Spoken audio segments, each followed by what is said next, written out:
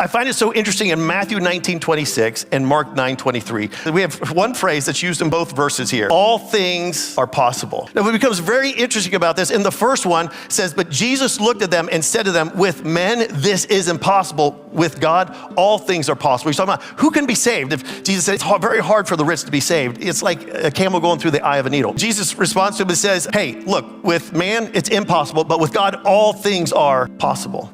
But then in Mark chapter 9, verse 23, Jesus uses the same words here. Jesus said to them, if you can believe, all things are possible to him who believes. Talking to a dad who had a son that was demon possessed and was throwing him often into the fire and into the water. And the dad is in a bit of unbelief. He doesn't think anything can happen. He doesn't think anything can change in a situation. And Jesus says to him, if you can believe, all things are possible. Now here's the interesting thing. Up here, Jesus attributes all things are possible to God. But down here, he attributes all things are possible to him who believes. Meaning the impossible becomes possible because we placed our faith and trust in Jesus.